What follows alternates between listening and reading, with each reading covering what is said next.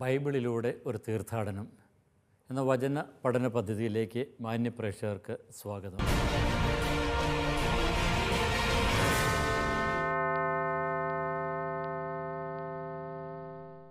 വെളിപാട് ഗ്രന്ഥത്തിലെ 17-ാമത്തെ അധ്യായമാണ് നാം ഇപ്പോൾ പഠന വിചിന്തന വിഷയമാക്കുന്നത്.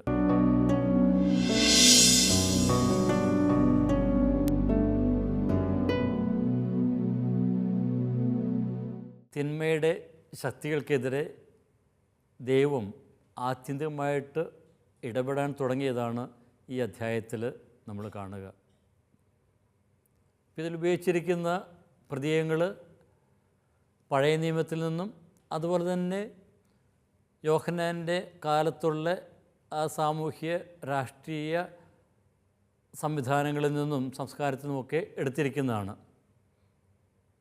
അപ്പോൾ ഇത് വ്യാഖ്യാനിക്കുമ്പോൾ ഈ കാര്യങ്ങൾ നമ്മൾ പരിഗണിക്കേണ്ടത് ആവശ്യമാണ്. പക്ഷേ എങ്കിലും നമ്മൾ ഇതിൻ്റെ വ്യാഖ്യാനത്തിൽ മിതത്വം വെച്ച് പുലർത്തണമെന്ന് ഞാൻ കഴിഞ്ഞ ക്ലാസ്സിൽ സൂചിപ്പിച്ചിരുന്നു. കാരണം ഇവിടെ പറഞ്ഞിരിക്കുന്ന ചില കാര്യങ്ങളൊക്കെ അത് അതിഭാവുകത്വം നിറഞ്ഞ നിലയിലൊക്കെ വ്യാഖ്യാനിച്ച് ഓരോ കാലത്തുമുള്ള ഓരോ വ്യക്തികളിലോ സംവിധാനങ്ങളിലോ ഒക്കെ അതിൻ്റെ പ്രതിഫലനമൊക്കെ കാണാനായിട്ട് ചിലരൊക്കെ പരിശ്രമിക്കാറുണ്ട്. ഇവിടെ ആരാധന സമൂഹത്തിനുള്ള ഈ സന്ദേശം നേരെ സൂചിപ്പിച്ചതുപോലെ ഇതെല്ലാം ആരാധന സമൂഹത്തെയാണ് പ്രധാനമായിട്ടും ലക്ഷ്യം വയ്ക്കുക. അപ്പോൾ ആരാധന സമൂഹത്തോട് പറയുന്നത് ഇതിൻ്റെ പിന്നിൽ, ഈ വിവരണത്തിൻ്റെ പിന്നിലുള്ള കാര്യങ്ങൾ മനസ്സിലാക്കാനായിട്ട് ജ്ഞാനം ആവശ്യമാണ്. അപ്പോൾ അതാണ് നമ്മൾ കഴിഞ്ഞ ക്ലാസ്സിൽ പറഞ്ഞു നിർത്തിയത്. നമുക്ക് ആ വാക്യത്തിലേക്ക് ഒന്നുകൂടി കടന്നു വരാം. 9-ാമത്തെ വാക്യം, ഇവിടെയാണ് ജ്ഞാനമുള്ള മനസ്സിൻ്റെ ആവശ്യം. ആ 7 തലകൾ ആ സ്ത്രീ ഉപവിഷ്ടയായിരിക്കുന്ന 7 മലകളാണ്. അവ 7 രാജാക്കന്മാരുമാണ്. നോക്കി ഇതിൻ്റെ അർത്ഥ തലങ്ങളിലേക്ക് നമുക്കൊന്ന് കടക്കാം. അപ്പോൾ ജ്ഞാനമുള്ള മനസ്സിൻ്റെ ആവശ്യം. ജ്ഞാനമുള്ള മനസ്സിൻ്റെ ആവശ്യം എന്ന് പറയുമ്പോൾ അത് ആർക്കാണ് ഈ ജ്ഞാനം വേണ്ടത്? അത് തീർച്ചയായിട്ടും വായനക്കാർക്കാണ്, ആരാധന സമൂഹത്തിനാണ്. അപ്പോൾ ഈ പറഞ്ഞിരിക്കുന്ന, ഈ വിവരിച്ചിരിക്കുന്ന കാര്യങ്ങൾ ഗ്രഹിക്കുവാനായിട്ട് യഥാർത്ഥത്തിലുള്ള അറിവ്, ദൈവം തരുന്ന അറിവ് ആവശ്യമാണ്. നമ്മൾ പഴയ നിയമം ദാനിയേലിൻ്റെ പുസ്തകത്തിൽ 2-ാം അധ്യായത്തിൽ 20 മുതലുള്ള വാക്യത്തിൽ ഈ ജ്ഞാനത്തെക്കുറിച്ച് ഇവിടെ പറയുന്നുണ്ട്. ദാനിയേൽ 2-ാം അധ്യായം 20 മുതൽ 23 വരെയുള്ള വാക്യങ്ങൾ. അവൻ പറഞ്ഞു, ദൈവത്തിൻ്റെ നാമം എന്നെന്നും വാഴ്ത്തപ്പെടട്ടെ, ജ്ഞാനവും ശക്തിയും അവിടുത്തേതാണ്. സമയങ്ങളുടെയും കാലങ്ങളുടെയും മാറ്റം അവിടുന്ന് നിശ്ചയിക്കുന്നു. രാജാക്കന്മാരെ നീക്കുന്നതും വീണ്ടും പ്രതിഷ്ഠിക്കുന്നതും അവിടുന്നാണല്ലോ. ജ്ഞാനിക്ക് ജ്ഞാനവും അറിവുമാണ്, അറിവുള്ളവന് അറിവും പ്രദാനം ചെയ്യുന്നവൻ അവിടുന്നാണ്. അഗാധവും അജ്ഞേയവുമായ കാര്യങ്ങൾ അവിടുന്ന് വെളിപ്പെടുത്തുന്നു. അപ്പോൾ ദൈവമാണ് ഈ രഹസ്യങ്ങൾ ഒക്കെ വെളിപ്പെടുത്തുക. അപ്പോൾ ആഴമേറിയ ആ തലത്തിലേക്ക് ഇറങ്ങി വരാനായിട്ട് ആ ദൈവികമായിട്ടുള്ള ജ്ഞാനം തന്നെ ആവശ്യമാണ്. നമ്മളത് വെളിപാടിലും ഒക്കെ പലയിടത്തും നമ്മൾ അതിൻ്റെ സൂചനകൾ നമ്മൾ കാണുന്നുണ്ട്. അപ്പോൾ ചുറ്റും സംഭവിക്കുന്നവയുടെ അർത്ഥം തിരിച്ചറിയണമെങ്കിൽ ജ്ഞാനം ആവശ്യമാണ്. അത് ദാനിയേൽ 12:10 വീണ്ടും അതിനെക്കുറിച്ച് പറയുന്നുണ്ട്. ഇപ്പോൾ അവിടെ ദാനിയേലിൻ്റെ പുസ്തകത്തിൽ ഇസ്രായേലിനെ വഴിതെറ്റിക്കുന്നവരെക്കുറിച്ചും അവർ അനുഭവിക്കുന്ന പീഡനങ്ങളെക്കുറിച്ചും ഒക്കെയാണ് അവതരിപ്പിക്കുന്നത്. അപ്പോൾ അതൊക്കെ അറിയണമെങ്കിൽ യഥാർത്ഥത്തിലുള്ള, അത് എന്താണ് അർത്ഥമാക്കുന്നത് അറിയണമെങ്കിൽ യഥാർത്ഥത്തിലുള്ള ജ്ഞാനം ആവശ്യമാണ്. അപ്പോൾ അതിന് സമാനമായിട്ട് തന്നെയാണ് ഈ വെളിപാട് ഗ്രന്ഥത്തിലും ഒക്കെ പറയുന്നത്. അപ്പോൾ ഇവിടെ സംഭവിക്കുന്നതും അവിടെ സംഭവിക്കുന്നതിന് സമാനമായിട്ടുള്ളതാണ്. ദൈവജനം കടന്നു പോകുന്ന പീഡനങ്ങൾ, അതുപോലെ തന്നെ ദൈവജനവും അന്നത്തെ ആ രാഷ്ട്രീയ സാമൂഹ്യ സാമ്പത്തിക വ്യവസ്ഥിതിയിലൊക്കെ കണ്ണഞ്ചിച്ച് പോകുന്ന ഒരു അവസ്ഥാവിശേഷവുമൊക്കെയുണ്ട്. പക്ഷെ അവിടെയൊക്കെ അവയുടെ യഥാർത്ഥ നിറം തിരിച്ചറിയുവാനായിട്ട് ദൈവത്തിൽ നിന്ന് വരുന്ന അറിവ് തേടണം. അപ്പോൾ ദൈവത്തിൽ നിന്നുള്ള അറിവുണ്ടെങ്കിൽ മാത്രമേ ഇന്ന് സംഭവിക്കുന്നവയുടെ യഥാർത്ഥ അവസ്ഥ, യഥാർത്ഥ നിറം തിരിച്ചറിയുകയുള്ളൂ. ഇനി ഇത് തിരിച്ചറിഞ്ഞെങ്കിൽ മാത്രമേ ഇന്നത്തെ സമൂഹത്തിൽ അവസാനം വരെ പിടിച്ചു നിൽക്കുവാൻ സാധിക്കുകയുള്ളൂ. അപ്പോൾ കുഞ്ഞാടിനെ അനുഗമിക്കുന്നവർ അവസാനം വരെ അതിൽ പിടിച്ചു നിൽക്കണം. അപ്പോൾ ജീവൻ ത്യജിക്കാൻ പോലും അവർ തയ്യാറായി എന്ന് 12-ാം അധ്യായത്തിൽ കാണുന്നുണ്ട്. അപ്പോൾ അവസാന തുള്ളി രക്തം ചിന്തുന്നതുവരെ അവിടത്തോടുള്ള വിശ്വസ്തത പുലർത്തണമെങ്കിൽ ഈ യഥാർത്ഥമായിട്ടുള്ള അറിവ് ആവശ്യമാണ്. ഓക്കെ, ഇനി ഇവിടെ പറയുന്ന സൂചിപ്പിക്കുന്ന ചില പ്രതീകങ്ങൾ. ഇനി ഇവിടെ 7 തലകളെക്കുറിച്ച് പറയുന്നുണ്ട്. 7 തലകൾ. അപ്പോൾ ഇവിടെ 7 തലകൾ നമ്മൾ വേശ്യയെക്കുറിച്ച് പറയുമ്പോൾ, വേശ്യയെക്കുറിച്ച് 17-ാം അധ്യായം 1-ാമത്തെ വാക്യത്തിൽ പറയുമ്പോൾ ജലധിയുടെ മേൽ ഉപവിഷ്ടയായിരിക്കുന്നവൾ, അല്ലെങ്കിൽ മരുഭൂമിയിൽ 7 തലയുള്ള മൃഗത്തിൻ്റെ മേൽ ഉപവിഷ്ടയായിരിക്കുന്നവൾ എന്നൊക്കെ പറയുന്നു. അപ്പോൾ 17:9 മലകൾക്ക് മുകളിലാണ് വേശ്യ ഉപവിഷ്ടയായിരിക്കുന്നത്. ഇനി വീണ്ടും 13:3 7 തലയുള്ള മൃഗത്തെക്കുറിച്ച് ഒക്കെ പറയുന്നുണ്ട്. അപ്പോൾ തലകൾ എന്നുള്ള പ്രതീകം അത് വീണ്ടും വീണ്ടും വെളിപാട് ഗ്രന്ഥത്തിൽ ഉപയോഗിച്ചിരിക്കുന്നത് നമ്മൾ കാണുന്നുണ്ട്. അപ്പോൾ തലകളെന്ന് പറയുമ്പോൾ അത് അധികാരത്തെയാണ് സൂചിപ്പിക്കുന്നത്. ഇവിടെ അടിച്ചമർത്തുന്ന അധികാരത്തെയാണ് സൂചിപ്പിക്കുന്നത്. ഇനി 12, 13 അധ്യായങ്ങളിൽ 7 തലയും 10 കൊമ്പുമുള്ള സർപ്പവും പിന്നെ 10 കൊമ്പുള്ള മൃഗവുമൊക്കെ ചരിത്രത്തിൽ ഉടനീളം സന്നിഹിതമായിരിക്കുന്ന തിന്മ നിറഞ്ഞ ആ ലോകരാജ്യങ്ങളെ ഒക്കെയാണ് സൂചിപ്പിക്കുന്നത്. അപ്പോൾ ഇത് എന്നും നിലനിൽക്കുന്ന ആ തിന്മയുടെ സാന്നിധ്യം തന്നെയാണ്. അപ്പോൾ ലോകാവസാനം വരെ ഇവ കാണുമെങ്കിലും ഇവയ്ക്ക് ഒരു അന്ത്യമുണ്ട് എന്നുകൂടി നമ്മളറിയാം. അപ്പോൾ തലകളെന്ന് പറയുമ്പോൾ അത് അർത്ഥമാക്കുന്നത് ഈ തിന്മയുടെ ആ സാമ്രാജ്യങ്ങൾ തന്നെയാണ്. ഇനി 7 മലകളെക്കുറിച്ച് അവിടെ പറയുന്നു. ഈ 7 തലകൾ 7 മലകളാണ്. അപ്പോൾ അത് അവ രാജ്യങ്ങളെയോ രാജാക്കന്മാരെയോ ഒക്കെ സൂചിപ്പിക്കാം. ഇനി മലകൾ എന്ന് പറയുമ്പോൾ തന്നെ നമുക്കറിയാം അത് ഉന്നതമാണ്, അത് ശക്തിയുടെ പ്രതീകമാണ്. അപ്പോൾ അതുകൊണ്ട് തന്നെ മലമുകളിലൊക്കെ പണിയപ്പെട്ട ആ കോട്ടകളെക്കുറിച്ചൊക്കെ നമ്മൾ പഴയ നിയമത്തിൽ പലയിടത്തുമൊക്കെ നമ്മൾ കാണുന്നുണ്ട്. അപ്പോൾ ആ കോട്ട സാമ്രാജ്യങ്ങൾ, അപ്പോൾ അതുകൊണ്ട് തന്നെ ഇത് രാജ്യങ്ങളെ സൂചിപ്പിക്കുന്നു എന്ന് വേണമെങ്കിൽ പറയാം. ഇനി 7 മലകളെന്ന് പറയുമ്പോൾ അത് റോമ നഗരത്തെ സൂചിപ്പിക്കുന്നു എന്ന് ചിലർ പറയുന്നു.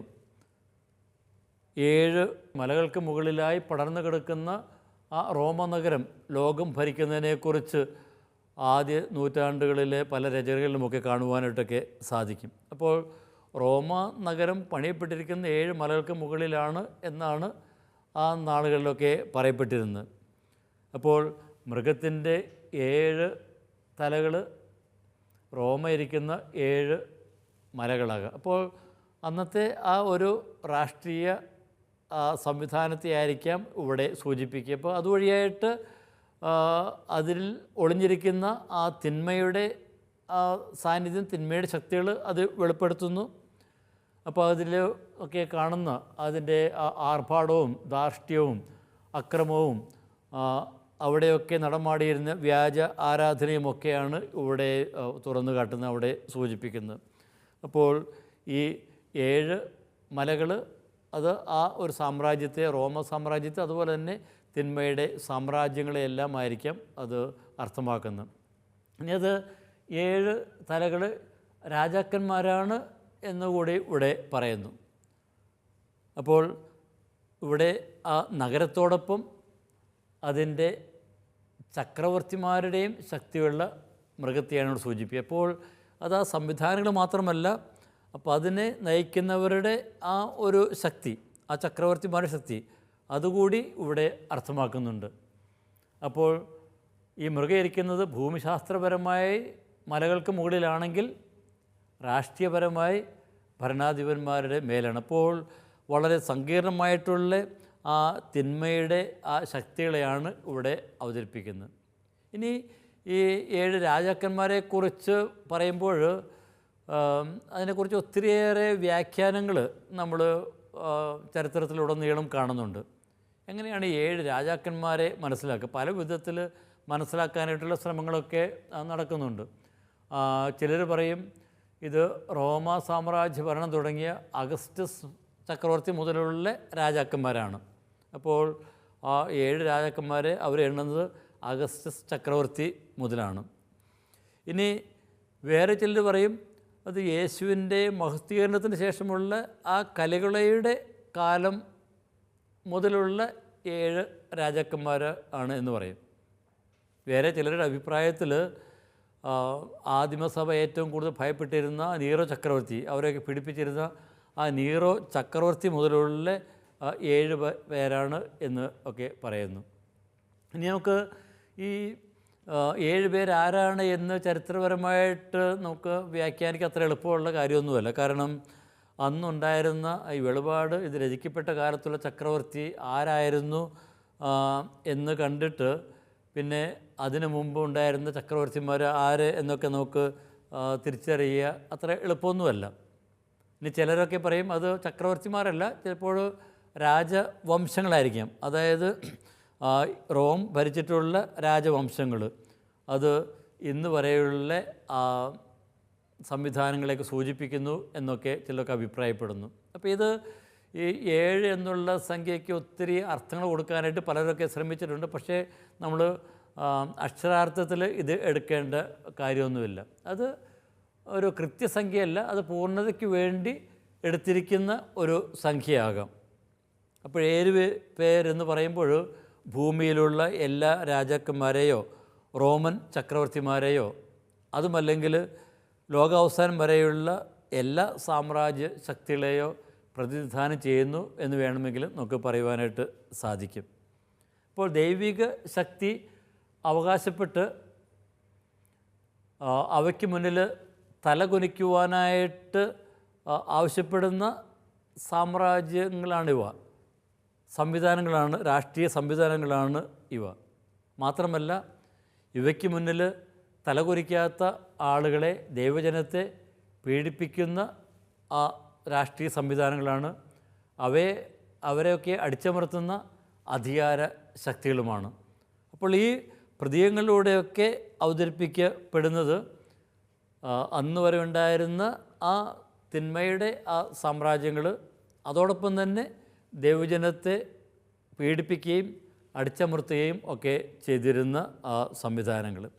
ഇനി തുടർന്ന് 10-ാമത്തെ വാക്യത്തിൽ പറയുന്നു, 17:10, 5 പേർ വീണുപോയി, ഒരാൾ ഇപ്പോഴുണ്ട്, മറ്റൊരാൾ ഇനിയും വന്നിട്ടില്ല. അവൻ വരുമ്പോൾ ചുരുങ്ങിയ കാലത്തേക്ക് ഇവിടെ വസിക്കുകയുള്ളൂ. 5 പേർ വീണുപോയി. പിന്നെ അപ്പോൾ ഇവിടെ പറയുന്ന ആ കാര്യങ്ങൾ അത് 3 കാലത്തെയും ഉൾക്കൊള്ളിച്ച് പറയുന്നതാണ്. അപ്പോൾ 3 കാലങ്ങളിലും അനുഭവപ്പെടുന്ന തിന്മയുടെ ശക്തികളെ സൂചിപ്പിക്കാനായിട്ടാണ് ഇത് ഈ ഒരു വിവരണം. അപ്പോൾ അവിടെയും നേരത്തെ സൂചിപ്പിച്ചതുപോലെ നമ്മൾ അക്ഷരാർത്ഥത്തിൽ ഈ 5 പേര് ആരാണ് എന്ന് നമ്മൾ അന്വേഷിക്കേണ്ട കാര്യമൊന്നുമില്ല. ഇത് തിന്മയുടെ അല്ലെങ്കിൽ സർപ്പത്തിൻ്റെ ചരിത്രത്തിലുടനീളമുള്ള സാന്നിധ്യത്തെ സൂചിപ്പിക്കാൻ ഉപയോഗിച്ചിരിക്കുന്ന ഒരു വിവരണ ശൈലി മാത്രമാണ്. അത് ചിലരൊക്കെ അത് ഇന്നുള്ള ചില വ്യവസ്ഥകളുമായിട്ടൊക്കെ ബന്ധപ്പെടുത്തുവാനായിട്ടൊക്കെ ശ്രമിക്കാറുണ്ട്. കുറച്ച് നാൾ മുമ്പ് അമേരിക്കയിൽ നിന്നുള്ള ഒരു വ്യാഖ്യാതാവ് അപ്പോൾ ഇന്ന് വരുന്ന ആ ഒരു മൃഗം അല്ലെങ്കിൽ ആ ഒരു തല എന്ന് പറയുന്നത് അത് ഉയർന്നു വരുന്ന യൂറോപ്യൻ ശക്തിയാണ് എന്നൊക്കെ പറഞ്ഞ് അതിനെ ഒക്കെ ഒരു നിയതമായിട്ടുള്ള രൂപം കൊടുക്കുവാൻ ശ്രമിക്കുന്നു. അല്ലെങ്കിൽ ചിലരൊക്കെ പറയും അത് റഷ്യയാണ് എന്നൊക്കെ പറയും. അത് അവിടെയൊക്കെ നമ്മുടെ രാഷ്ട്രീയമായിട്ടുള്ള പ്രത്യയശാസ്ത്രപരമായിട്ടുള്ള ചില നമ്മുടെ ഒരു മുൻവിധികളൊക്കെ ഉണ്ട്. അപ്പോൾ അതിൻ്റെയൊക്കെ അടിസ്ഥാനത്തിലാണ് ഇതുപോലുള്ള വ്യാഖ്യാനങ്ങളൊക്കെ കൊടുത്തിരിക്കുന്നത്. അപ്പോൾ ഇത് ആദ്യ നൂറ്റാണ്ടിലുള്ള റോമൻ ചക്രവർത്തിമാരെയോ അല്ലെങ്കിൽ ലോക സാമ്രാജ്യങ്ങളെയൊക്കെ സൂചിപ്പിക്കുന്നു എന്നൊക്കെ ചിലരൊക്കെ പറയുന്നു. ഇനി വീണുപോയി എന്ന് പറയുമ്പോൾ അത് കൊല്ലപ്പെടുന്നതിന് പ്രതീകമാണെന്ന് ചിലരൊക്കെ പറയുന്നു. അപ്പോൾ അവരൊക്കെ പറയുന്നു റോമൻ സാമ്രാജ്യത്തിലെ പല ചക്രവർത്തിമാരും കൊല്ലപ്പെടുകയാണ് ഒക്കെ ചെയ്യുന്നത്.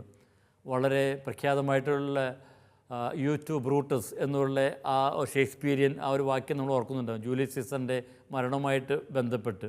അപ്പോൾ റോമൻ സാമ്രാജ്യത്തിൽ ഈ അധികാര ശക്തികളൊക്കെ ഉണ്ടായിരുന്നെങ്കിൽ പോലും അവിടെയൊക്കെ ആ രക്തം ചിന്തപ്പെടുന്നു നമ്മളൊക്കെ കാണുന്നുണ്ട്.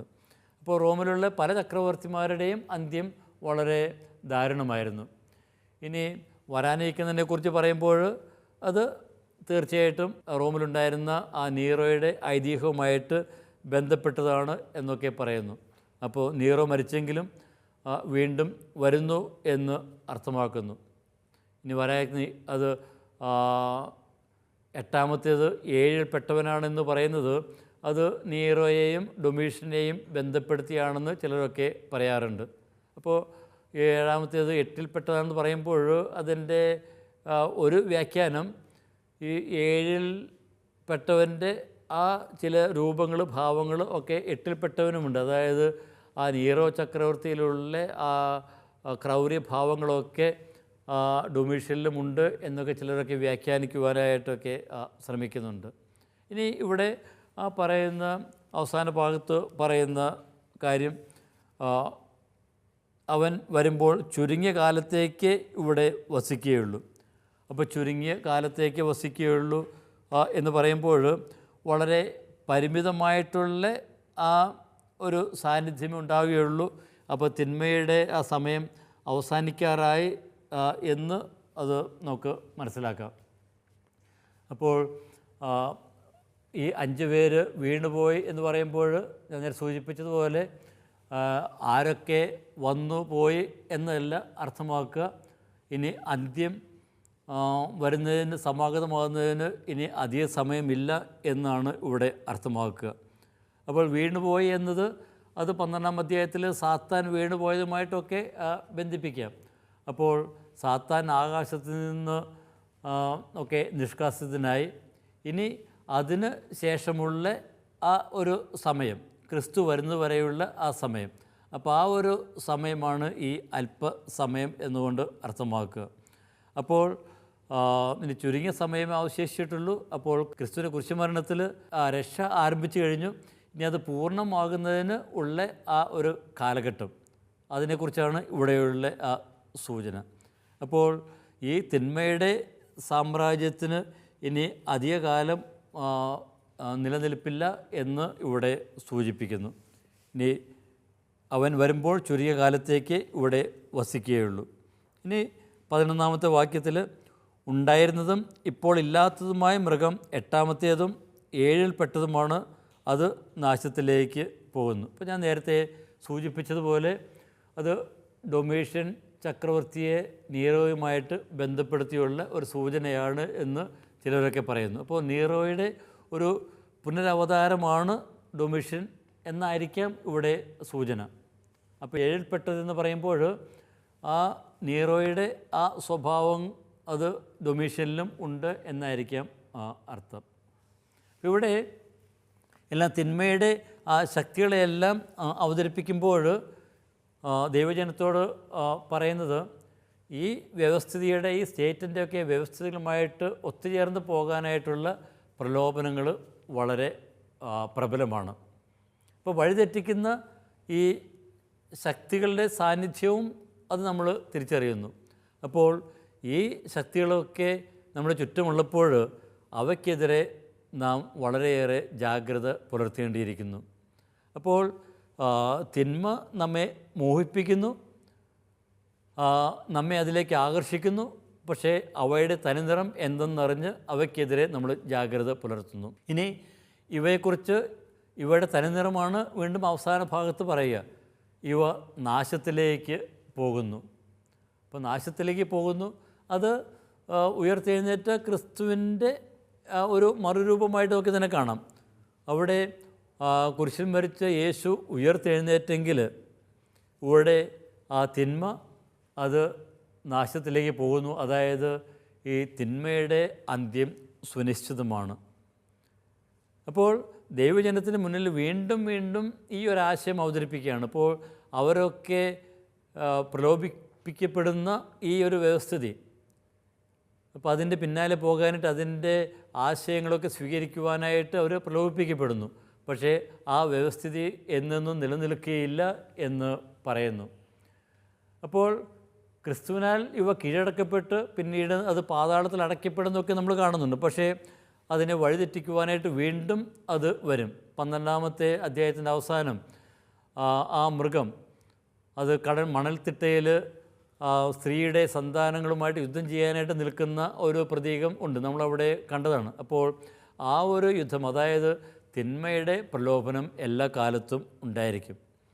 അപ്പോൾ അത് ഈ ദൈവജനത്തെ വിഴുങ്ങും എന്ന് തോന്നിപ്പിക്കുന്ന വിധത്തിലാണ് അതിൻ്റെ പ്രവർത്തനങ്ങൾ. പക്ഷേ ഒരു കാര്യം നമ്മൾ തിരിച്ചറിയുക, ദൈവജനത്തെ കീഴടക്കുവാൻ അത് എത്രമാത്രം ശ്രമിച്ചാലും അത് ഒരിക്കലും അതിൽ വിജയിക്കുകയില്ല. അപ്പോൾ തിന്മയുടെ ശക്തികൾക്ക് വിശ്വാസികളുടെ മേൽ ഒരു ശക്തിയുമില്ല എന്ന് തിരിച്ചറിയുക. അപ്പോൾ വിശ്വാസികൾ സ്വയം വിട്ടുകൊടുക്കുന്നില്ല എങ്കിൽ ഈ തിന്മയുടെ ശക്തികൾക്ക് അവയുടെ മേൽ യാതൊരു അധികാരവും ഉണ്ടായിരിക്കുകയില്ല. അപ്പോൾ ഈ വിവരണങ്ങളിലൂടെ വീണ്ടും വീണ്ടും ഇവിടെ ഗ്രന്ഥകാരൻ അവതരിപ്പിക്കുന്നത് ഈ തിന്മയുടെ സാന്നിധ്യം, ഈ ശക്തികൾ, ഈ വ്യവസ്ഥിതികൾ അത് എന്നും നമ്മോട് കൂടെയൊക്കെ ഉണ്ടായിരിക്കും. അപ്പോൾ അവയുടെ ആ തനിനിറം നമ്മൾ തിരിച്ചറിയുക. തനിനിറം എന്താണ്? ഇവയ്ക്ക് സുസ്ഥിരമായിട്ടുള്ള നിലനിൽപ്പൊന്നുമില്ല, ഇതിന് ആത്യന്തികമായിട്ടുള്ള നിലനിൽപ്പൊന്നുമില്ല. ഇതൊക്കെ ഇന്ന് പ്രത്യക്ഷപ്പെട്ട് നാളെ അപ്രത്യക്ഷമാകുന്നവയാണ്. അപ്പോൾ ഇതിൻ്റെ ആ ഒരു മോഹന വാഗ്ദാനങ്ങളിൽ പെടാതെ ഇതിൽ നിന്ന് വിടുതൽ പ്രാപിക്കണം, ഇതിൽ നിന്ന് മോചിതരാകണം എന്നാണ് ദൈവജനത്തോട് പറയുന്നത്. ഇതൊക്കെ 12-ാമത്തെ വാക്യത്തിലേക്ക് കിടക്കാം. അപ്പോൾ ഇതിൻ്റെ തന്നെ തുടർച്ചയായിട്ടാണ് 12-ാമത്തെ വാക്യം. നീ കണ്ട 10 കൊമ്പുകൾ 10 രാജാക്കന്മാരാണ്. അവർ ഇനിയും രാജ്യത്വം സ്വീകരിച്ചിട്ടില്ല. എന്നാൽ 1 മണിക്കൂർ നേരത്തേക്ക് മൃഗത്തോടൊത്ത് രാജാക്കന്മാരുടെ അധികാരം സ്വീകരിക്കേണ്ടവരാണ് അവർ. അപ്പോൾ 10 കൊമ്പുകൾ 10 രാജാക്കന്മാരാണ്. അപ്പോൾ 10 കൊമ്പുകൾ എന്ന് പറയുമ്പോൾ തീർച്ചയായിട്ടും അത് അധികാരവും ശക്തിയുമൊക്കെയാണ് അത് അർത്ഥമാക്കുന്നത്. ദാനിയേൽ പ്രവാചകൻ്റെ പുസ്തകത്തിൽ 7-ാം അധ്യായത്തിൽ ഈ കൊമ്പുകളെക്കുറിച്ചുള്ള സൂചനകളൊക്കെയുണ്ട്. പിന്നെ ഈ 10 കൊമ്പുകളത് രാജ്യത്വത്തെ സൂചിപ്പിക്കുന്നുവെന്ന് സങ്കീർത്തനം 22-ാം അധ്യായം 21-ാമത്തെ വാക്യത്തിലും ഒക്കെ പറയുന്നു. അപ്പോൾ ഇത് ശക്തിയും അധികാരവും ഒക്കെയാണ് ഇത് അർത്ഥമാക്കുന്നത്. ഇനി ഇവർ ആരായിരിക്കാം? ഇത് റോമൻ സാമ്രാജ്യത്തിലെ പ്രവിശ്യ അധികാരികളോ അല്ലെങ്കിൽ സാമന്ത രാജാക്കന്മാരോ ഒക്കെ ആകാം എന്നാണ് പറയപ്പെടുന്നത്. ഇപ്പോൾ 10 പ്രവിശ്യ അധികാരികളൊക്കെ ഉണ്ടായിരുന്നു എന്നൊക്കെ ചിലരൊക്കെ പറയാറുണ്ട്. അപ്പോൾ റോം തങ്ങളുടെ കീഴിലുള്ള അധികാര കേന്ദ്രങ്ങളിലൂടെയാണ് ആ റോമിൻ്റെ ശക്തി പ്രകടിപ്പിക്കുന്നത്. ഇനി ഇവർ 16-ാമത്തെ അധ്യായത്തിൽ നമ്മൾ കണ്ട ആ കിഴക്ക് നിന്നുള്ള രാജാക്കന്മാരാകാം. പക്ഷേ ഈ തിന്മയുടെ ശക്തികളെല്ലാം പിന്നീട് നമ്മൾ കാണുന്നുണ്ട് അവ തന്നെ ഈ ബാബിലോണിനെതിരെ തിരിയുന്നു. അപ്പോൾ ഈ വ്യവസ്ഥിതിയെ താങ്ങി നിർത്തുന്ന ഈ ശക്തികൾ തന്നെ ആ വ്യവസ്ഥിതിക്കെതിരെ തിരിഞ്ഞ് അതിനെ ഇല്ലായ്മ ചെയ്യുന്നത് നമ്മൾ കാണുന്നുണ്ട്. അവർ ഇനിയും രാജ്യത്വം സ്വീകരിച്ചിട്ടില്ല എന്ന് പറയുമ്പോൾ അതിന് പല വ്യാഖ്യാനങ്ങൾ ഒക്കെ കൊടുക്കപ്പെടുന്നുണ്ട്. ചിലർ പറയും ഇതിന് ഭാവിയിൽ വരാനിരിക്കുന്നവരെ കുറിച്ചാണ് പറയുന്നത്. വേറെ ചിലർ പറയും നീറോ ചക്രവർത്തി വീണ്ടും വരുമ്പോൾ കൂടെ വരുന്ന പ്രവിശ്യ അധികാരികളാണ്. പക്ഷേ അവയും ഒക്കെ ആയിട്ട് നമ്മൾ ബന്ധിപ്പിക്കേണ്ട കാര്യമൊന്നുമില്ല. ഇപ്പോൾ ഇവിടെ യോഹന്നാൻ പറയുന്ന കാര്യങ്ങൾ എല്ലാം അന്നത്തെ ചില ആളുകളിൽ സംവിധാനങ്ങളുമായിട്ട് അതിനെ ബന്ധിപ്പിക്കേണ്ട കാര്യമൊന്നുമില്ല. ഇനി രാജ്യത്വം സ്വീകരിച്ചിട്ടില്ല എന്ന് പറയുമ്പോൾ അതിന് കൊടുക്കുന്ന വേറൊരു വ്യാഖ്യാനം, ഈ രാജ്യത്വം അത് വരുന്നത് ദൈവത്തിൽ നിന്നാണ്, ദൈവമാണ് ഈ രാജ്യത്വം നൽകുന്നത്. അപ്പോൾ രാജ്യത്വം സ്വീകരിച്ചിട്ടില്ലെന്ന് പറയുമ്പോൾ ഈ രാജ്യത്വം കൊടുക്കുന്നത് ദൈവമാണെങ്കിൽ ഇവരെല്ലാം ആ ദൈവത്തിൻ്റെ ശക്തിക്ക് കീഴെയാണ് എന്നർത്ഥം. അതായത് ദൈവം അനുവദിക്കുന്നിടത്തോളം മാത്രമേ അവയ്ക്ക് എന്നിൽ ചെയ്യുവാൻ സാധിക്കുകയുള്ളൂ. അതായത് പരിമിതമായിട്ടുള്ള ശക്തി മാത്രമേ ഉള്ളൂ. അത് നമ്മൾ 6-ാമത്തെ അധ്യായത്തിൽ കുതിരകളുടെ ആ പ്രതീകത്തിൽ നമ്മൾ കാണുന്നുണ്ട്. അവയ്ക്ക് അനുവാദം നൽകപ്പെട്ടു എന്നുള്ള ഒരു പ്രയോഗം നമ്മളവിടെ കണ്ടതാണ്. അപ്പോൾ ഇത് ഈ അധികാരമൊക്കെ ദൈവം കൊടുക്കുന്നെന്ന് പറയുമ്പോൾ നമ്മൾ കാണുന്ന ഈ അധികാരമൊക്കെ വളരെ പരിമിതമാണ്. അതിനൊക്കെ ചില പരിമിതികളൊക്കെ ഉണ്ട് നമ്മൾ അറിയുന്നു. ഇനി 1 മണിക്കൂർ നേരത്തേക്ക് ഇവയ്ക്ക് അധികാരം നൽകപ്പെട്ടു എന്ന് പറയുന്നു. പൗരാണികർക്ക് ഏറ്റവും ചുരുങ്ങിയ സമയം എന്ന് പറയുന്നത് അത് 1 മണിക്കൂറാണ്. അപ്പോൾ 1 മണിക്കൂർ അധികാരം നൽകപ്പെട്ടെന്ന് പറയുമ്പോൾ വളരെ പരിമിതമായിട്ടുള്ള സമയത്തേക്ക് അധികാരം നൽകപ്പെട്ടിരിക്കുന്നു എന്നാണ് മനസ്സിലാക്കേണ്ടത്. ഇനി അതുപോലെ തന്നെ 1 മണിക്കൂർ എന്ന് പറയുന്നത് ബാബിലോണിനെ നശിപ്പിക്കാനുള്ള സമയമാണ്. അപ്പോൾ ഇനി ഈ തിന്മയുടെ സാമ്രാജ്യങ്ങൾ അത് നശിപ്പിക്കപ്പെടുവാനായിട്ട് പോകുന്നു. വളരെ ചുരുങ്ങിയ സമയം മാത്രമേ ഉള്ളൂ. അപ്പോൾ ഇവിടെ ഈ വെളിപാട് ഗ്രന്ഥത്തിൽ 17-ാം അധ്യായത്തിൽ ബാബിലോൺ എന്ന ആ പ്രതീകത്തിലൂടെ തിന്മയുടെ ശക്തികളെയൊക്കെ അവതരിപ്പിക്കുമ്പോൾ ദൈവജനത്തിന് മുന്നിൽ അവതരിപ്പിക്കുന്ന 1-2 പ്രധാനപ്പെട്ട കാര്യങ്ങൾ. ഒന്ന്, ഈ തിന്മയുടെ സാന്നിധ്യം എന്നും ഉണ്ടായിരിക്കും നമ്മുടെ ചുറ്റുമുള്ള സംവിധാനങ്ങളിലൂടെ. അവ നമ്മെ മോഹിപ്പിക്കും, പക്ഷേ അവയ്ക്കൊന്നും ആത്യന്തികമായിട്ടുള്ള നിലനിൽപ്പില്ല. ദൈവത്തിൻ്റെ ശക്തി അവയ്ക്കെതിരെ തിരിയും. ഇനി അവയ്ക്ക് ശാശ്വതമായ നിലനിൽപ്പില്ല എങ്കിൽ ആരാധന സമൂഹം അവയുടെ പിന്നാലെ, ഈ വ്യവസ്ഥയുടെ പിന്നാലെ, അവർ വെച്ച് നീട്ടുന്ന പ്രലോഭനങ്ങളുടെ പിന്നാലെ പോകണമോ എന്ന് അവരാണ് ചിന്തിക്കേണ്ടത്. നിത്യജീവനാണ് അവർ പ്രതീക്ഷിക്കുന്നെങ്കിൽ, ആഗ്രഹിക്കുന്നെങ്കിൽ അവർ പിൻചെല്ലേണ്ടത് ദൈവിക ആ മനോഭാവങ്ങളെയാണ്, കുഞ്ഞാടിനെയാണ്, കൊല്ലപ്പെട്ടതുപോലെ നിൽക്കുന്ന കുഞ്ഞാടിനെയാണ്. ആ കുഞ്ഞാടിൻ്റെ ആ സഹനത്തിൽ, കുരിശുമരണത്തിൽ പങ്കുചേരാൻ നിങ്ങൾക്ക് സാധിക്കുമോ എന്നതാണ് വെളിപാട് ഗ്രന്ഥം ഇവിടെയെല്ലാം ആരാധന സമൂഹത്തിന് മുന്നിൽ വയ്ക്കുന്ന ആഹ്വാനം. തുടർന്നുള്ള കാര്യങ്ങൾ നമുക്ക് അടുത്ത അധ്യായത്തിൽ, അടുത്ത ക്ലാസ്സിൽ കാണാം. അതുവരെ ഏവർക്കും ഈശോ മിശിഹായ്ക്കും സ്തുതിയായിരിക്കട്ടെ.